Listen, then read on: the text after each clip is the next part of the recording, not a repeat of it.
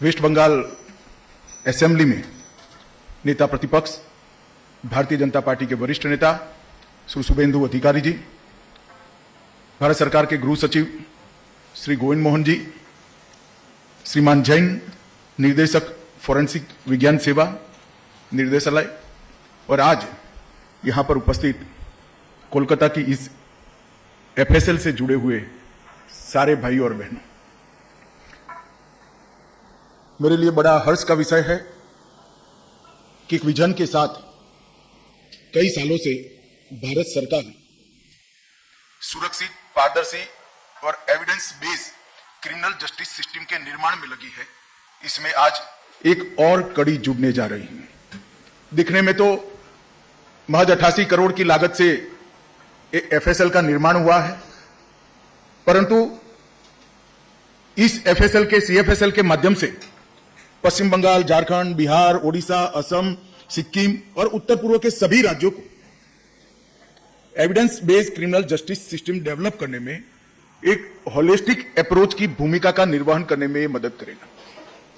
ये सभी राज्यों से, पूरे नॉर्थ ईस्ट से कॉम्प्लिकेटेड केस तो यहां आएंगे ही आएंगे, हर विधा के आएंगे, परंतु इसके साथ साथ हमारे 3 नए आपराधिक न्याय प्रणाली से जुड़े कानून और उसके क्रियान्वयन में एविडेंस का महत्व, फोरेंसिक साइंस का महत्व और उसका दोषियों को सजा कराने में महत्व, ये तीनों प्रक्रिया को समझाने में, अपनाने में और उसको अंततोगत्वा पुलिस स्टेशन तक पहुंचाने में इस एफएसएल का बहुत बड़ा रोल रहने वाला है।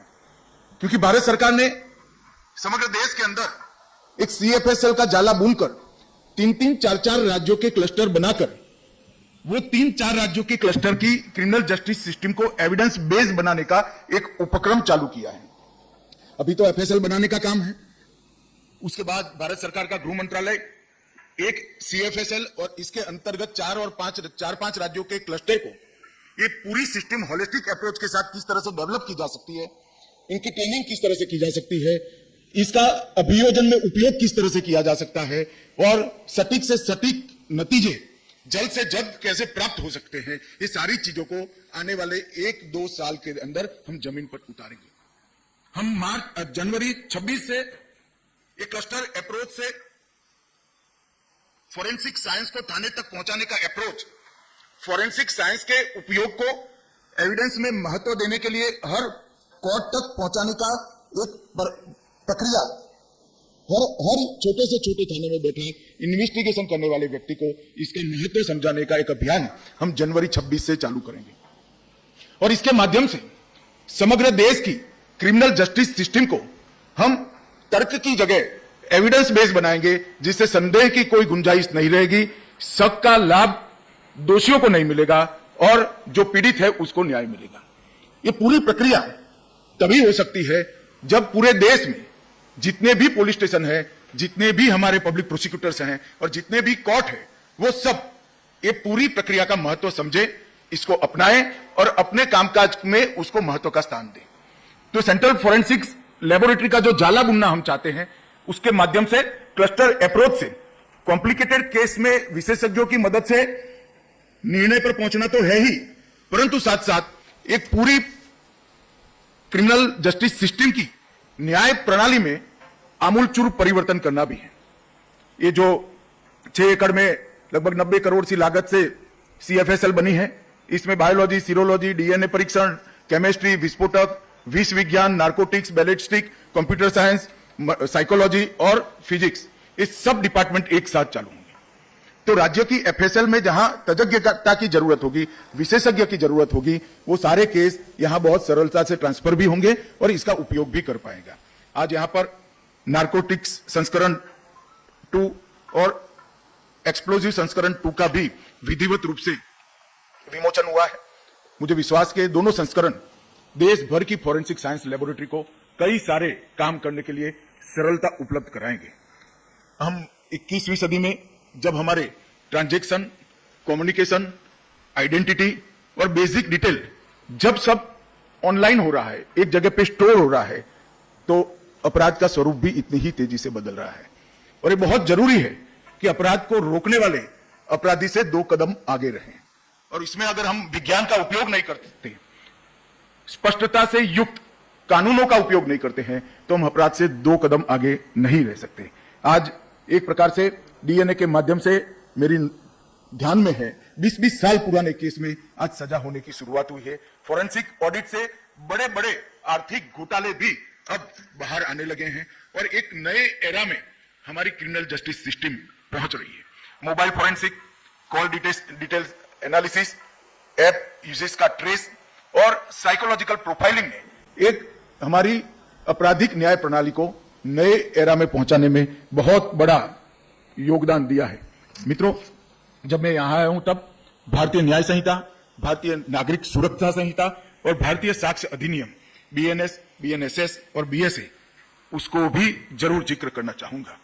ये भारत के लोगों द्वारा चुनी गई संसद ने भारत के लोगों के संविधान अधिकारों की रक्षा के लिए बनाए कानून।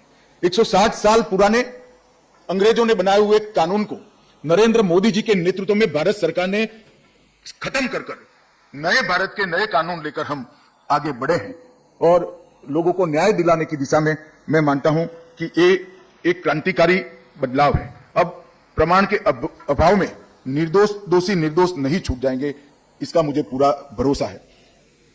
ये कानून में आने वाले 100 वर्षों तक तकनीक में जितनी भी बदलाव आने की संभावनाएं हैं वो सभी को अभी से समाहित कर डेफिनेशंस बनाई गई हैं। क्राइम सीन इन्वेस्टिगेशन, ट्रायल, ये सभी में टेक्नोलॉजी के उपयोग को हमने कानूनी आधार दिया है और 7 वर्ष से ज्यादा 7 वर्ष से ज्यादा जिस दफा में सजा है वो सभी के लिए फॉरेंसिक साइंस की टीम की विजिट को हमने कंपलसरी कर दिया है। नए कानून में हमने टेररिज्म की व्याख्या भी की है। इलेक्ट्रॉनिक साक्ष्य की स्वीकार्यता को भी कानूनी आधार दिया है, जिससे voice logs, digital voice message, कई सारे इलेक्ट्रॉनिक एविडेंस अब सजा कराने के काम में आएंगे। और पुलिस जांच में ऑडियो वीडियो रिकॉर्डिंग, फॉरेंसिक साक्ष्य की वीडियोग्राफी और डिजिटल रिकॉर्डिंग पूछताछ के दौरान इसको भी कानूनी आधार देने का काम किया है। सबसे बड़ी बात इस कानून में न्याय समय पर मिले इसकी हमने चिंता की है।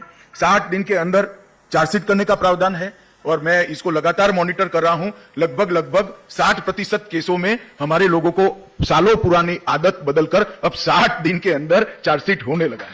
ये बहुत अच्छी उपलब्धि। 1 साल के भीतर 60% केसों का चालान 60 दिन के अंदर होना ये बहुत बड़ी उपलब्धि है हमारे लिए। और जो विशेष प्रकार के केस हैं इसमें 90 दिनों में ट्रायल पूरा किया जाएगा। ट्रायल इन एब्सेंसिया, उससे देश छोड़कर भगोड़ा होकर विदेश में बैठकर अपराध कर कानून की रीच के बाहर जो रहते थे उनकी अनुपस्थिति में भी ट्रायल हम करेंगे, उनको सजा भी सुनाएंगे और सजा सुनाने के बाद अंतर्राष्ट्रीय समझौतों का उपयोग कर उनको वापस लाने का भी हम काम करेंगे। यहाँ पर जो कोई भी पीड़ित है उसको फोन पर सभी प्रकार की सूचनाएं समय समय पर उपलब्ध होगी और उसको थाने के चक्कर न लगाने लग पड़े, इसकी हमने बहुत बड़ी व्यवस्था की है। और आज मैं बहुत फख्र के साथ कह सकता हूं कि 17,184 थाने सभी के सभी सीसीटीएनएस से जुड़े हुए हैं, ऑनलाइन है और सभी का डेटा एक साथ जनरेट है। और ये मॉनिटरिंग जो भारत सरकार का गृह मंत्रालय कर रहा है वो भी ऑनलाइन ही कर रहा है। इससे मालूम पड़ता है कि कितना बड़ा बदलाव हम बहुत कम समय में लेकर आए हैं। और फॉरेंसिक्स जांच की जो हमने कानूनी वैधता तय की है इसमें हमें फॉरेंसिक्स एक्सपर्ट्स भी चाहिए और सुविधाएं भी चाहिए। तो हमने भारत सरकार की ओर से हर जिले में एक फॉरेंसिक मोबाइल वाहन के लिए हर राज्य को सहायता ऑफर की है और करीब ये पूरे देश भर में चल रहा है। कई राज्यों ने एक एफआईआर का संख्या देखकर उन्होंने अपने आप बढ़ा है और इसके साथ हमने दूरदर्शिता के साथ कानून 24 में आया, 20 में हम नेशनल फॉरेंसिक साइंस यूनिवर्सिटी की स्थापना कर चुके थे और अब 16 परिसर स्वीकृत हो चुके हैं, 7 स्थापित है, 8वां भी नागपुर में अस्थायी कैंपस में शुरू हुआ और बाकी के 8 प्रोसेस में है। और इसके अलावे 10 अतिरिक्त परिसर मतलब 26 परिसर करीब हर बड़े राज्य में एक एनएफएसयू की कॉलेज हम बनाएंगे जिससे ट्रेन मैन पावर मिले। इसको बारीकी से अगर कोई स्टडी करे तो 26 परिसर से 36,000 विद्यार्थी डिप्लोमा, डिग्री और पीएचडी के साथ बाहर निकलेंगे और हमारी रिक्वायरमेंट साल की 30,000 तक की है। तो एक प्रकार से जितनी रिक्वायरमेंट है इतने ट्रेन हम एडवांस में ही सलाह कि सारे बच्चे जो बाहर निकलेंगे वो एक नई ऊर्जा के साथ, नए विश्वास के साथ हमारी आपराधिक न्याय प्रणाली को कंट्रीब्यूट करेंगे। मैं CSFL की बात करूं तो CFSL पुणे बायोलॉजी और केमिकल फोरेंसिक्स में बहुत आगे बढ़ चुका है। CFSL भोपाल, गुवाहाटी और जम्मू वो भी अच्छे तरीके से एक्टिवेट हो चुके हैं। CFSL चंडीगढ़ DNA टेस्टिंग के लिए आज दुनिया की सबसे आधुनिक से आधुनिक फोरेंसिक लेबोरेटरी के समकक्ष है। और NCFL हैदराबाद डिजिटल युग में जितने भी अपराध होते हैं इसके विश्लेषण के लिए हमने बहुत सक्षम बनाया है। 1300 करोड़ से अधिक लागत से NFSU के और 9 कैंपस बनेंगे और 860 करोड़ की लागत से नई 7 सेंट्रल फोरेंसिक साइंस लेबोरेटरी बनाएंगे जो उत्तर प्रदेश, छत्तीसगढ़, उड़ीसा, राजस्थान, तमिलनाडु, केरल और बिहार में होगी। तो एक प्रकार से देश भर में राज्यों की फोरेंसिक साइंस की फैसिलिटी को एक सपोर्ट बेस बनाने का काम भारत सरकार के गृह मंत्रालय ने कर दिया है। लगभग 2080 करोड़ की फोरेंसिक क्षमताओं के आधुनिकीकरण की योजना भी हम ला रहे हैं और 200 करोड़ की लागत से नेशनल फोरेंसिक डेटा सेंटर की स्थापना भी करेंगे, जिससे अनेक प्रकार के डेटाओं का संग्रहण और आर्टिफिशियल इंटेलिजेंस के आधार पर इसका विश्लेषण और वो विश्लेषण का हर फोरेंसिक साइंस को उपलब्ध कराकर जांच को और पैनी बनाने का काम हम करेंगे। इससे भारत अब एविडेंस बेस्ड जस्टिस के युग में प्रवेश करने की बहुत सरलता हो जाएगी। भाई बहनों, आज मेरे सामने ज्यादातर लोग वो बैठे हैं जो इस लैब से जुड़े हैं या इस काम से जुड़े हैं। मेरा आप सभी से अपील है, इसको हम प्रोफेशनल काम न समझें। हमारे संविधान निर्माताओं ने आजादी की स्पिरिट को हमारे संविधान के अंदर भरने का काम किया, मगर वो स्पिरिट को जमीन पर उतारने का काम शायद हम बहुत देरी से शुरू कर रहे हैं। एक गरीब आदमी इतना निराश हो जाए कि थाने में फरियाद करने ही न जाए। उसके शरीर के साथ हुए अन्याय को, उसकी संपत्ति के साथ हुए अन्याय को और उसके सम्मान के साथ हुए अन्याय का न्याय मांगने का इसका हौसला ही टूट गया है। हमारा दायित्व है कि हर गरीब से गरीब व्यक्ति सर ऊंचा कर सिस्टम पर भरोसा कर थाने में जाए, फरियाद कराए और न्याय प्रक्रिया से कम समय में न्याय प्राप्त करे। और इसके लिए फोरेंसिक साइंस का ये पूरा फैमिली जो है, चाहे CFSL होगा, चाहे NFSU होगा, चाहे राज्य की फोरेंसिक साइंस लेबोरेटरीज होगी, ये पूरे परिवार ने अपना रोल धर्म समझकर अपनाना होगा। एक स्पिरिट के साथ कि हम देश में न्याय के परिदृश्य को बदलना चाहते हैं, हम देश में समय पर न्याय उपलब्ध कराना चाहते हैं और हम देश का सजा कराने का दर दुनिया में सबसे ऊपर ले जाना चाहते हैं और सजा कराकर हम क्राइम को कंट्रोल करेंगे। ये मिशन के साथ आप लोगों ने काम करना चाहिए। जैन साहब के नेतृत्व में आप सभी, मुझे भरोसा है कि ये जो स्पिरिट है भारत सरकार का, उसको जमीन पर उतारने में हम सब लगेंगे और हमारे 130 करोड़ लोगों को फिर से एक बार न्याय पर भरोसा हो ऐसा वातावरण बनाएंगे। आप सभी को अनेक अनेक शुभकामनाएं देता हूं और आने वाले दिनों में आपके महत्वपूर्ण रोल को समझकर आप देश के अंदर संविधान का राज करने में आप मदद करेंगे ऐसा भरोसा भी करता हूं। वंदे मातरम।